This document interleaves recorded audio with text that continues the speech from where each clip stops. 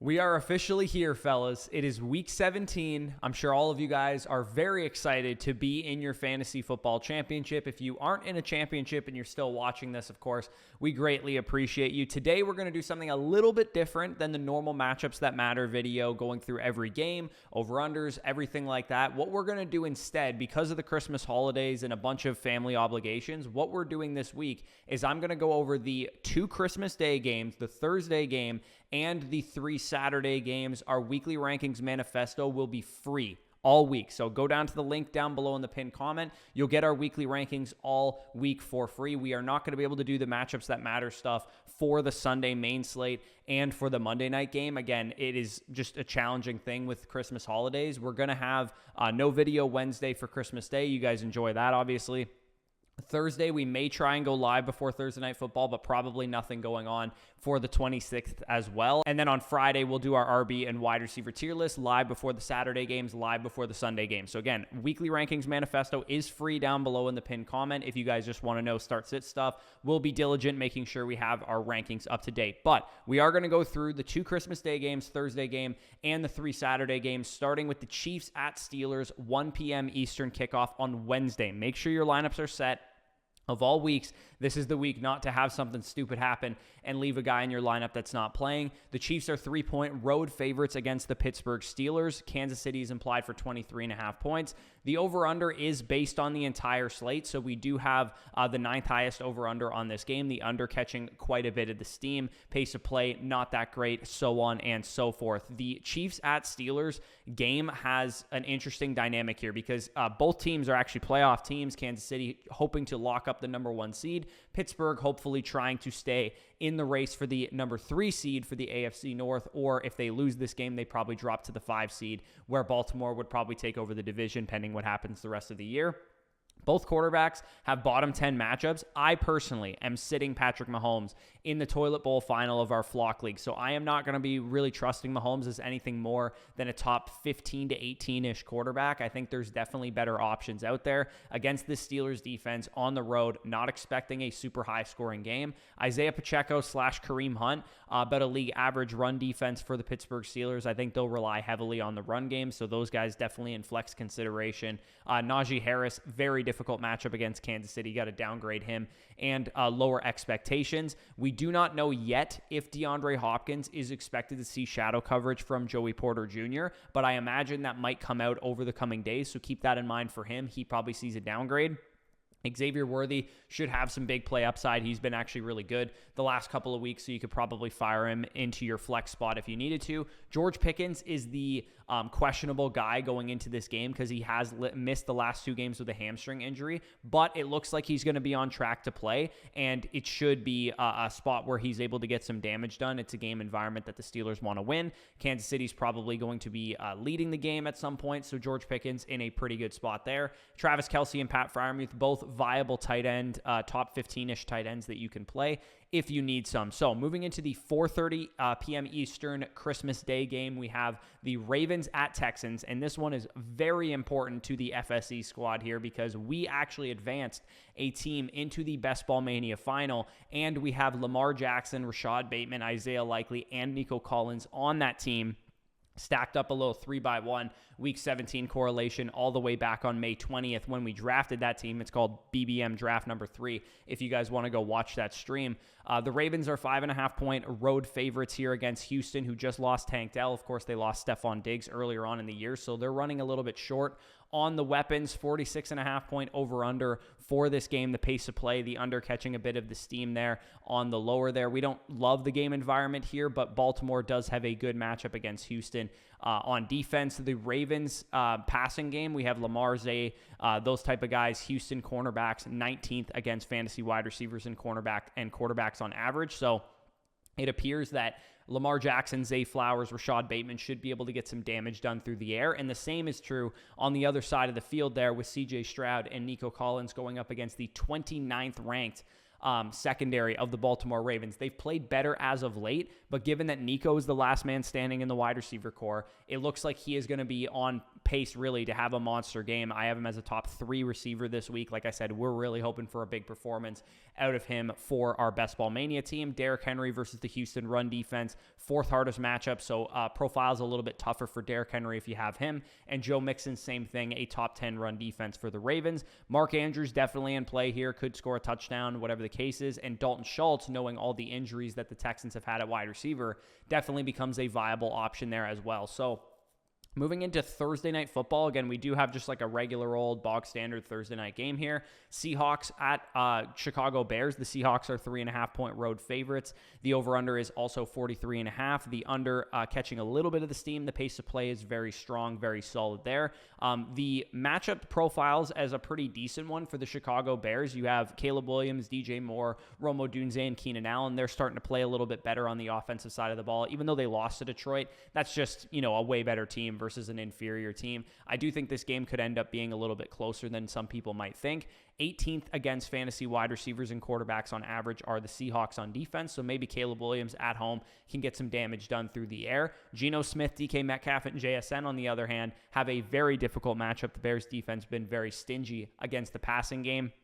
Kenneth Walker is the big question mark entering this game. Kenneth Walker suffered an ankle injury in Sunday's game, isn't really practicing right now. He was not present for like the estimated walkthrough, I believe is what it was called. So Kenneth Walker's status for this game is going to be a huge, huge question mark, because if you have Zach Charbonnet, of course, he can be the starting running back, although he's also kind of limited in practice right now as well. But 29th ranked Chicago run defense, whoever ends up starting for the Seahawks needs to be in your lineup. DeAndre Swift, you also have against the Seattle run defense, the 20th ranked defense there. So Swift should be a good, viable RB2 play this week as well. And then as far as the receivers for the Seahawks goes, DK Metcalf could see, again, I'm estimating here. We do not know this for sure because the shadow data hasn't come out because it's only Tuesday. We don't know for sure, but DK Metcalf could have Jalen Johnson in shadow coverage, which would upgrade in turns Jackson Smith and Jigba. Regardless, he's going to have the better matchup in the slot versus on the outside. So temper expectations for DK, upgrade maybe expectations for JSN. Moving into the Saturday game. So we got 3 games on Saturday, 1 p.m., 4 p.m., and then a night game. Chargers at Patriots is the first one that we have here. Chargers looking to clinch or make sure that they get into the playoffs here. Chargers are 4-point road favorites against Drake May and the Patriots. Low game environment, not a really great option here. Over-under of just 42.5. Under catching a lot of the steam. Pace of play is really low. Not a great game environment, but the Chargers offense is a nice hefty DVOA advantage over the Patriots defense. A 20% advantage there, as you can see. Both quarterbacks do have above average matchups. You can probably throw out Justin Herbert over, let's say a Patrick Mahomes, because I do think this is a must-win game for the Chargers. They're going to need to throw the ball if they want to move it. J.K. Dobbins was activated off of IR. He has not been officially, designated to return, saying that they're going to play him yet, but we do still have a lot of time until practice windows open up. So just keep that in mind for J.K. Dobbins. He could end up being active for this game, but if not, Gus Edwards is definitely in play. Ramondre Stevenson versus the Chargers run defense, not a great matchup for him there, but he has been getting the volume. Ladd McConkey versus the Patriots secondary. Going to be a heavily motivated game for him, knowing that the Patriots did pass on him during the NFL draft. We might see him get a little angry, a la Amon-Ra St. Brown, his rookie season. So I could see Ladd McConkey having a big one. Quentin Johnson is expected to see shadow coverage from Christian Gonzalez. Again, I say expected because that is me estimating based on the trends that I've seen all year. We don't actually have official shadow reports yet. Hunter Henry, very difficult matchup against the Chargers. They're really good against tight ends. I probably wouldn't mess with him. You should have better options in the fantasy championship. So Broncos at Bengals, the 4 p.m. game of the Saturday slate here. Bengals are 3-point home favorites against the Denver Broncos. This is a must-win game for both teams. If Denver loses this game, they're in danger of falling out of the fantasy or of the NFL playoff picture because Cincinnati, Miami, and Indianapolis are right on their heels. And of course, they'd be directly losing to Cincinnati in this case. So huge must-win game for Cincinnati. Otherwise, their season is over, and vice versa for the Denver Broncos. They're hoping to punch their ticket to the playoffs. This game environment is really good. 50-point over-under, over-catching a lot of the steam, the most on the slate, 16% of the money. From the Sharps. Going to the over, the pace of play is very strong. Both teams have a DVOA advantage. Joe Burrow plus, Chase and T. Higgins do have a difficult matchup against the Denver pass defense. Specifically, I'm guessing, again, that it will be T. Higgins versus Patrick Surtain, not Jamar Chase, because T. Higgins is typically the one who sees the shadow coverage, not Chase, because they move Chase around the formation. So just keep in mind, we might get a vintage Joe Burrow to Jamar Chase blow up here, as opposed to T. Higgins doing a lot of his damage, because as we've seen from Patrick Surtain, when teams have played against the Denver Broncos, they just don't throw his way. So if Surtain is on T. Higgins most of the time, they're going to draw up plays for Jamar Chase, for Yoshi Voss, for Mike Gesicki, for Chase Brown in the passing game, and just probably avoid throwing to T. Higgins altogether anytime that Patrick Surtain is on him, because that's how much respect people put on Surtain's name here. Bo Nix and Cortland Sutton, very good matchups. Definitely put those guys into your lineup. Top 12 quarterback, top 20-ish wide receiver for me.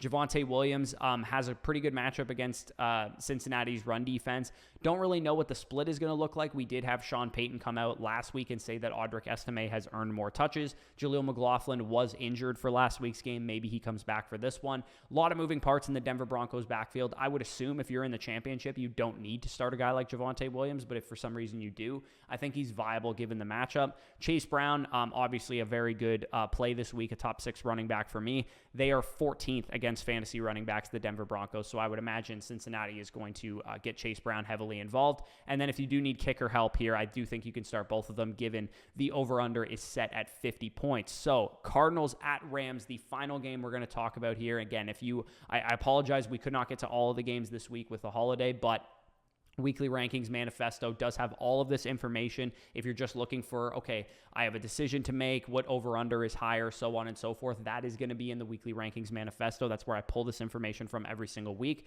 Cardinals at Rams, we have the Rams 6-point home favorites against Arizona, who has been officially eliminated from the race to compete for the NFC West when they lost last week. So the Rams are going to be motivated to win this game, secure themselves the NFC West title. I believe they can clinch it if they win today or on Saturday, but over-under of 48 points. The pace of play is very high. The DVOA matchups are also very good. Could be a sneaky shootout here. The big question, especially for us on our Best Ball Mania team, is James Conner going to play in this game? Because if James Conner is active, this is a pretty good matchup for him, at least in terms of, NFC West divisional matchup. He's performed against the Rams before. If he is not active, then Trey Benson, assuming he's active, because he's also banged up right now, he becomes a very good viable RB2, RB3 option. If somehow they're both out, I guess it would be Michael Carter that we're looking at as the primary back here. So fingers crossed, prayers up, saying that it is James Conner that is active here, specifically for our Best Ball Mania team. The most recent report from Jonathan Gannon is that he would like to play. He's going to try and play. I don't want to be the person that tells James Conner he can't do something, so I think he's going to try and go out there and play. Kyler Murray, Marvin Harrison versus the Los Angeles Rams secondary, 24th easiest matchup. Trey McBride, the tight end of Arizona, with the 14th easiest matchup. So if they're able to move the ball through the air, even though James Conner technically has the toughest matchup on the ground, I do think they're going to be able to generate some scoring opportunities, and that's where James Conner makes his hay. So hopefully we get a healthy James Conner in this one. If you don't have the option to start him or sit him before this game, maybe err on the side of caution depending on what happens in practice. But given that this game is on Saturday and there's tons of games on Sunday, you should have plenty of time to make that decision. Matthew Stafford, Cooper Kupp, Puka Nacua, very difficult matchup for them. You're probably starting Nacua for sure and most likely Kupp, but I do have Kupp ranked a little bit conservatively just inside my top 24 wide receivers because he hasn't really been that good as of late. And Matthew Stafford, you definitely do not want to start. Assuming you don't have better quarterback options. Again, it's the fantasy championship. You're probably not streaming a quarterback off of the waiver wire to start in the fantasy title game. You probably should have a better option than that. And Kyron Williams, he does have a lot of damage done to this Arizona team. So I would imagine he's probably going to be motivated to have a great game in this one. So that is the end of this video. Again, if you guys do have start-sit questions, I will try and answer as many as I can, but I can't promise anything given there's a lot of family obligations that I have this week. But if you do want my weekly rankings, they are linked down below in the description of this video and in the pinned comment of this video. Those are free. I will try and update those at least daily, if not more than once a day. And Danny's rankings will be in there. All the Vegas information will be in there. All the match matchup charts will be in there. It's the fantasy championship. I didn't want to, skimp out and make sure you guys had all the information that you would need to help take down your fantasy title. I'm in 4 of them, had a very good season so far in terms of running hot on what titles I made. So I feel pretty good. I'm going to take down some fantasy titles, and hopefully you guys will too. And hopefully we can take down some serious cash in Best Ball Mania 5 as well. So with that being said, Merry Christmas, Happy Holidays to all of you guys. Peace out. We'll talk to you soon.